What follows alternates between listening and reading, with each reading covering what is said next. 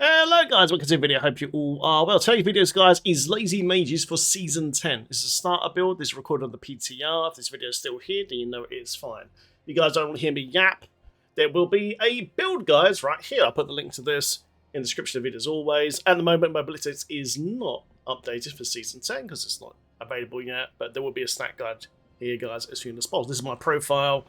And shout out to those guys who've been watching the Season 9 Lazy Mages thing, which is up to 307 favourites. Thank you so much. Alright guys, on with this video. Alright, let's get on with it. So, yeah, Lazy Mages, guys, Season 10, okay? And this is a Chaos Pet version. It freezes the whole screen. It's extremely lazy. You don't really need to click on anything. It doesn't use any of the new Chaos armors. It's a baseline build with just some uniques and the usual aspect armor, okay? So, yeah, full pet build for Summoner. It's basically Nes Mages and extremely tanky. Uses all the new Chaos powers. Your pets proc Chaos Explosions, which is amazing. And we can also force it as well with Corp Explosion as well, with the Sacro. So it does it automatically as well. So you can just generate tons of Chaos Explosions. You have an enormous amount of tank, loads of HP, loads of barrier, loads of everything. It's really, really fun.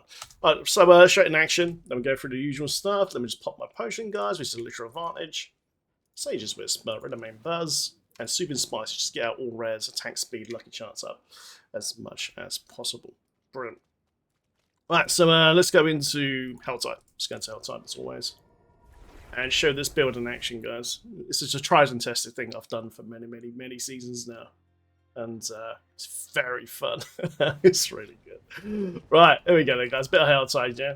Let's just jump over here. So when you're in combat, you have Ice Wolves that summons you from the Rune Word, okay? And also, come from a Rune Word as well, you generate Barrier. Now, I know it looks kind of strange having only having half HP, but that actually generates us a ton of damage and stuff, so we'll go over that in a second. So there you go, so you run forward now, you got tons of barrier generation. All your mages will just rush forward, blow everything up for you. There's no ultimate in this build. You literally don't have to click on anything. But if you do the rotation, then you do more damage if you want to do it. Unless you just pull forward, guys. So, Ice Balls summon forward. See those Chaos Explosions going off? Boom. See them going off? Those yellow-blue explosions. Your pets proc that to damage enemies.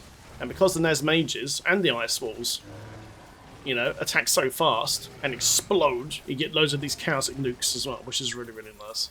You just rush forward, and as always, guys, it's Miller time, okay? You just chill, man. And it's great.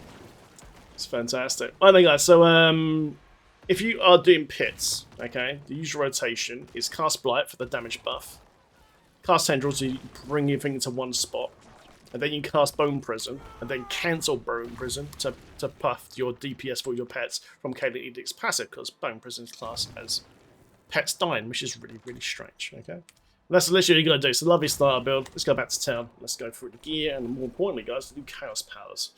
Lovely. But right now, this is a baseline build. It doesn't have any of the new Chaos armors whatsoever. It's just a starter build. I have all those builds up and running soon for Season 10 launch. But if this video, guys, is still here, because this is recorded on the PTR, then you know it's still viable for Season 10. Brilliant. Right, so let's go to the Chaos powers first, then we go over in Chaos. Okay, guys, so I'm using Mard's Guard. Why? You can no longer be healed above 50% life. I know that sounds bad, but you gain 10% maximum resistance to all elements, 40% armor, and 100% increased barrier and fortified generation. So your barrier just shoots up through the bloody sky. It makes you super tanky, man. And plus you get access to, once you get your all-res up and running, 85% all-res. So you're like super, super godmode tank. It's absolutely sick.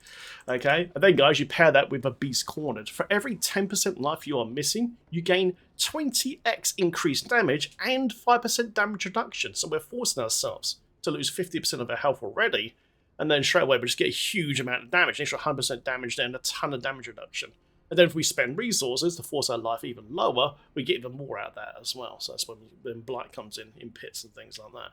So when you pair these two together, it's really sick. It's really, really good. That massive damage reduction, that tons of barrier generation, extra damage reduction as well. It just makes you absolutely solid. It's really, really good. Lovely. Then, guys, we use Accelerating Chaos on lucky hit. Damaging an enemy has a 10% chance to trigger a chaotic burst for up to 3.1k. And also, this chaos burst gives us cooldown as well, which is really, really nice. So, it just gives nice cooldowns as well. So because the NAS mages fire so fast, man, because this is machine gun mages, and then you've got corpse explosion going off as well, you know, you just get loads of chaos nukes. You can really see it a lot in the pit. You know, when you go to the pit where the monsters are a bit more tougher, the explosions just go off like crazy. I'll tell you what, we'll go to the training yard in a second. We'll show it on a testing dummy. And guys, I'm using Defile the Dead. You can consume a corpse twice, which is really, really nice. And consume the corpse creates a chaotic burst for 3,176 shadow damage. So when you're doing pits, you've got a really strong boss. Your pet's going to generate tons of corpses underneath its feet with huge flesh passive. They can literally just hold down the trigger on corpse explosion. Just blow it smithereens. It's really, really good. If you want to be super lazy, you don't want to run this, you can run Erupting Chaos with automatic chaotic bursts instead. I would run this in the pit personally. Okay? Right, I'll tell you what, let's quickly, before we go into all the other stuff, let's quickly go to Cryo Show.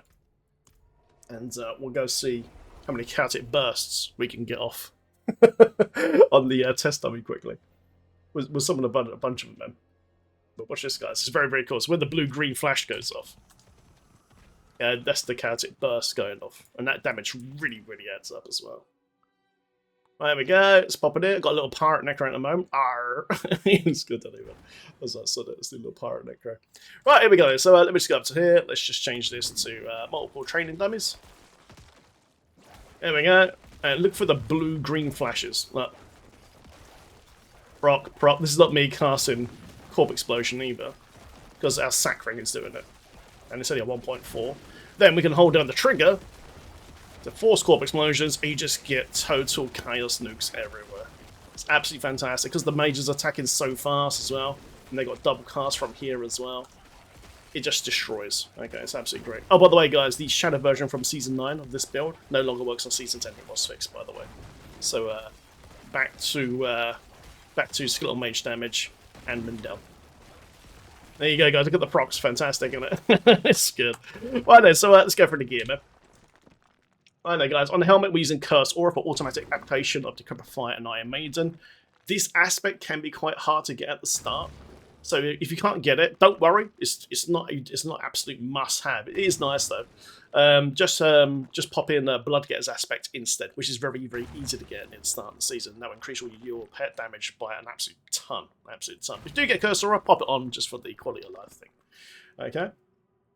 Brilliant. Chestplate, guys. Heart and Bones aspect as always. Foundation damage reduction. Hand of Nails for those that know, guys. When your mages attack 25 times, they turn into arc mages, and then they start doing an explosion every 6th cast. Okay, and it just destroys. It's absolutely disgusting. Master the Skeletal Mage Mastery, and all the way to the top on this one, guys. And hopefully get a GA on the Skeletal Mage as well. Brilliant. Okay, guys. Like I said earlier, if you don't have Cursed Aura, man, you can just use Blood Moon Breaches, which is still bugged, by the way, at the time of this PTR. With the Hellbent Commander upgraded on the Masterworking. Please fix this, please. It's been 4 seasons now? I think it's 4 seasons. But anyway, guys, so Hellbent, these breaches basically, you make sure pets curse for you in melee combat or ranged combat and do more damage to cursed targets. Okay, so you can always apply your curses this way and have run blood to get us here if you don't have the Cursed Aura.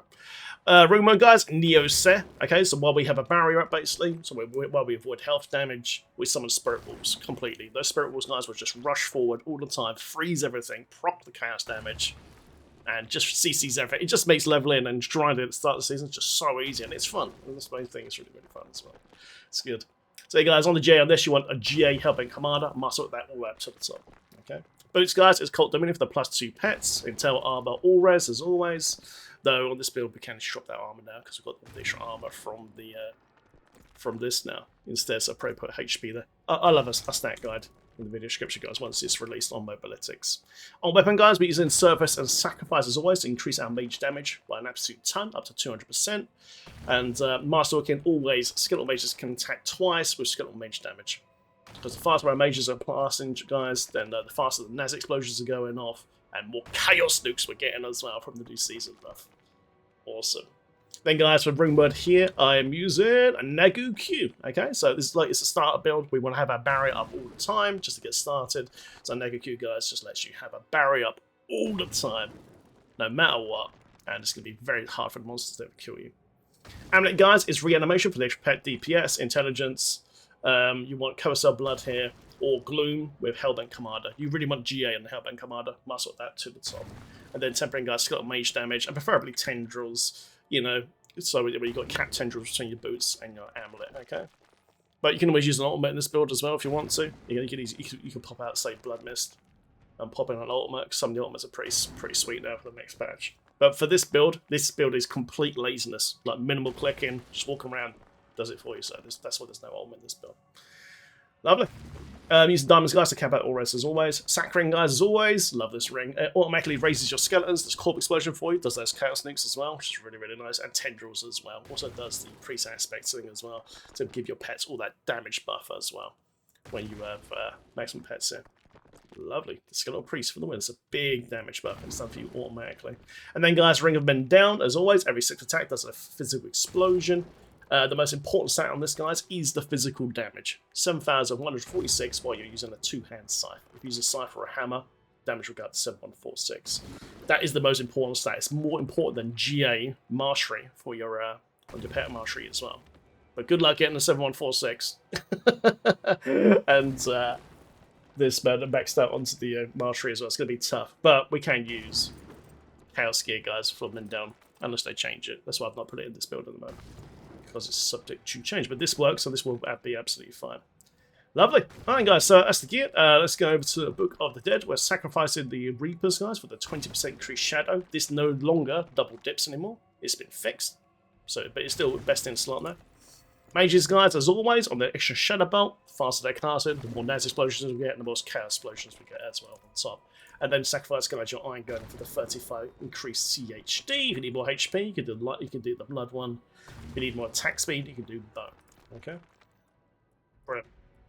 Merc Sab chat. As always, for the start of the season, use Rahir. Rahir is fantastic. Use his Ground Slam with Rahir's Aegis, your res buff. And then the Bastion, when he puts up that big shield for the massive 90% damage reduction. And then Inspiration for the 15x DPS as well, which is absolutely fantastic. It's a really, really good buff. Then, guys, I love to use Varian at the start because her Whirlwind can proc your CDR cooldowns from Decrepit Fire and just set it up to any opportunity in the DPS, man. Fantastic. Right, so let's go to the skill board as always. Quickly do a little summary here. I think, guys, just 2 points here to get yourself started. Max out Huge Flash. This is how we create corpses. We can detonate those corpses with huge chaos explosions. It's a win-win. Blightjet, at the time of this video on the BTR, it has been nerfed now to 10%. I know, but it's still worth it. And as you cast that, you can make your HP go lower with using that new ability to give yourself more DPS, which is really, really nice. Blood Mist, guys, over here to Ghastly Blood Mist. Gives us a movement speed buff, really great at the start of the season. Generates a corpse, so you can cast tendrils on that corpse and yank all the mobs into one spot, and then the mages just blow everything up. Awesome. Lovely. Corp Explosion, guys, to Shadow as always, and then we max out Fuel by Death. Our Sacro procs this for us automatically, so just got another 9x damage buff. And also, guys, key to keeping ourselves alive is Necrotic Fortitude. When we lucky chance, our pets will generate barrier for us, okay, which is really, really important. And also the Corp Explosions to do it as well. Any damage will do it. So this is how you keep yourself up on top of using the Rune Word on your weapon there to from the woodwork. Titan's Fall, guys, for the extra elite damage. Spiked armor, if you need armor, just put some points in here. We don't need Warrior Mastery, so take that out. Bone Prison, guys, over here to the 15x, and Vulnerable Generator to Deadfall Bone Prison for the cooldown. Like I said earlier, if you force cancel this early, you will access the damage buff from Kaylee's Edict, an extra 20x whenever you like. It's fantastic. Just press the same key again, cancel the Bone Prison early, bang, massive damage buff. It's great if you need it. Down here, guys, to Death's Embrace, damage reduction and damage at close. Max out Amplifier for curse targets damage, and then of course Decrepify, guys, for the slow, the damage reduction, and the stun, and the cooldowns. This thing is godly. Max out Mages, guys, these are your main boys still. And Precision Decay for extra lucky chance, which is really, really important. Down here, guys, to Chaos Blood while you're healthy, extra 18x here as well. Tendrils always, guys, pull in normal mobs, stun them, and also make them vulnerable as well. So you've got 2 vulnerable generators, this and Bone Prison. Just 1 point, guys, to carry Carapace to generate Fortify, which happens very, very quickly because of the seasonal powers we are using. And then max out all the shadow nodes here, guys, as well. To give yourself lots of damage. This one here, Corrupted Darkness, is not required, but I had some spare points, and I just like stunning bosses really, really quickly. You know, so that's why I put it in. Especially at the start of the season when you're a little bit weak. Having them CC'd really early just makes it easier at the season start. No ultimates this one, guys. It's nice. It's just basically super chill mode. Max out Inspiring Lead for the crit. And of course, Hellbane Commander for more pet DPS. And then we end on Caelan's Edict, guys. 3% attack speed and damage for each minion you have. One of them dies or Bone Prison dies. 20x damage buff. For those that are new to the Necromancer or Diablo 4, you need to achieve 100% attack speed on your Necromancer to activate your maximum DPS via Cult Leader passive. Okay, so for those that know, you get 3% attack speed for each pet you have out, but that attack speed is not calculated on your stat sheet from the passive, which is really, really annoying. So just add 36 attack speed to your current attack speed bonus and summon attack speed bonus. For 100%, that's all you need. Going over anything more than that does absolutely nothing. And off you go, basically. If you're having trouble hitting your attack speed cap, always use Literal Advantage, because it always gives you attack speed and it always gives you Lucky Chance, which you need all the time throughout the whole season. So just pop this and you should be absolutely fine, especially once you've got your Mendel ranked up as well, etc, etc. Lovely. Right, guys, talking to Paragon, let's go for the Paragon tree. So we've gone back to the physical trainer. Okay, I've put Eliminator into this build as well, so you've got lots of elite damage as well to kill those stubborn bosses early. So yeah, guys, we start off with S as always for this critical strike damage.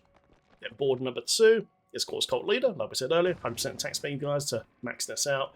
And then, guys, we put Dead Razor here for damage and extra summon damage and damage reduction for you and your pets, which is really important.